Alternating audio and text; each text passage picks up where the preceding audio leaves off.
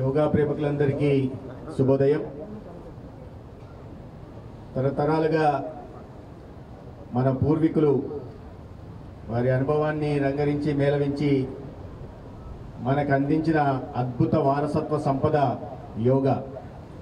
అయితే గత 10 సంవత్సరాలుగా యోగాకి అత్యంత ప్రాచుర్యం తెచ్చి ఐక్యరాజ్య సమితి ద్వారా ఒక యోగా దినోత్సవాన్ని ప్రకటింపజేసి ఇవాళ 170 పైగా దేశాలు అంతర్జాతీయ యోగా దినోత్సవం సందర్భంగా యోగాను ప్రాక్టీస్ చేయడానికి ముఖ్య కారణభూతులైన ఈ దేశ ప్రధాని గౌరవనీయులు నరేంద్ర మోడీ గారు 11వ అంతర్జాతీయ దినోత్సవం సందర్భంగా ఈ రాష్ట్ర గౌరవ ముఖ్యమంత్రి చంద్రబాబు నాయుడు గారి కోరిక మేరకు మన విశాఖపట్నానికి రాబోతున్నారు.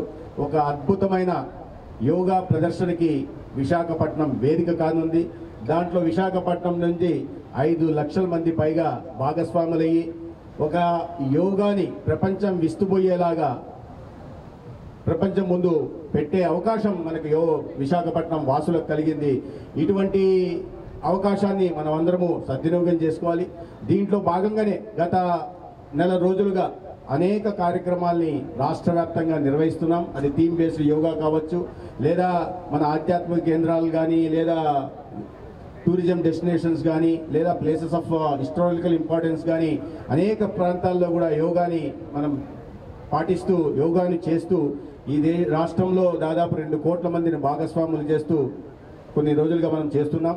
రిజిస్ట్రేషన్ చేస్తున్న సందర్భంగా 2 కోట్ల లక్ష్యాన్ని గౌరవ ముఖ్యమంత్రి గారు పెట్టినప్పుడు 2 కోట్లు సాధ్యమవుతుందా అనుకున్నాం. కానీ సగటున ప్రతిరోజు 10 లక్షల చొప్పున 20 రోజుల్లోనే 2 లక్షల మంది 2 కోట్ల మంది రిజిస్ట్రేషన్లు 21వ తేదీ నాడు యోగాలో భాగస్వామ్యం వహించడానికి చేసుకున్నారంటే ఈ రాష్ట్రంలో ముఖ్యమంత్రి గారు కానీ, లేదా ప్రధానమంత్రి గారు గత 10 సంవత్సరాలుగా చేస్తున్న కృషి కారణంగా యోగా పట్ల ప్రజల్లో ఎంతటి అవగాహన కలిగింది, యోగా ద్వారా జరిగే లబ్ధి ఏంటి. ఇప్పుడే మనం యోగా చేశాం. ఒక్కొక్క ఆసనం మన శరీరంలోని 2-3 భాగాలని అవయవాల్ని ఉత్తేజితం చేస్తుంది. కేవలం శారీరక ఆరోగ్యమే కాకుండా మానసిక వికాసానికి కూడా తోడ్పడుతుంది. ఇవాళ మారిన పరిస్థితుల్లో అనేక మానసిక రుగ్మతలు లోనవుతున్న నేపథ్యంలో చిన్న పిల్లలకి ఈ యోగాని ప్రాక్టీస్ చేయడం ద్వారా, ప్రాణాయామం నేర్పించడం ద్వారా వారిలో ఆ ఒత్తిడి తగ్గి ఏకాగ్రత పెరుగుతుంది. ద్వారా చదువు మీద ధ్యాస పెట్టగలరు. అదే యువతలు కూడా ఒక ఆత్మవిశ్వాసం పొందుతుంది. వయసు పెరిగిన వారిలో ఒక ఆరోగ్యకరమైన వాతావరణంలో వారు ఉండడానికి అవకాశం ఉంటుంది.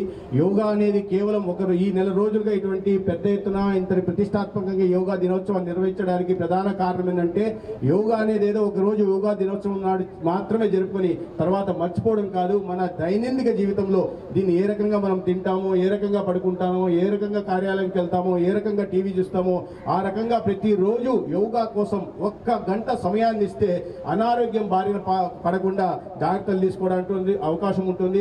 ముఖ్యమంత్రి గారు ఎప్పుడు చెప్తుంటారు, క్యూరేటివ్ మెజర్స్ కన్నా ప్రివెంటివ్ మెజర్స్ తీసుకోవాలని.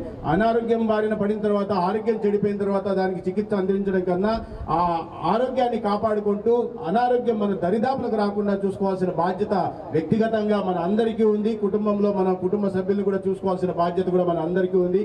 ఈ ఎల్లుండి జరగబోయే ఒక అద్భుతమైన ఈ ప్రదర్శనలో యోగా కార్యక్రమంలో మనం అందరం భాగస్వాములయ్యి అనేక రికార్డులను బ్రేక్ చేయాల్సిందే. కేవలం రికార్డులను బ్రేక్ చేయడం కోసం మనం ఇవాళ చేయట్లేదు.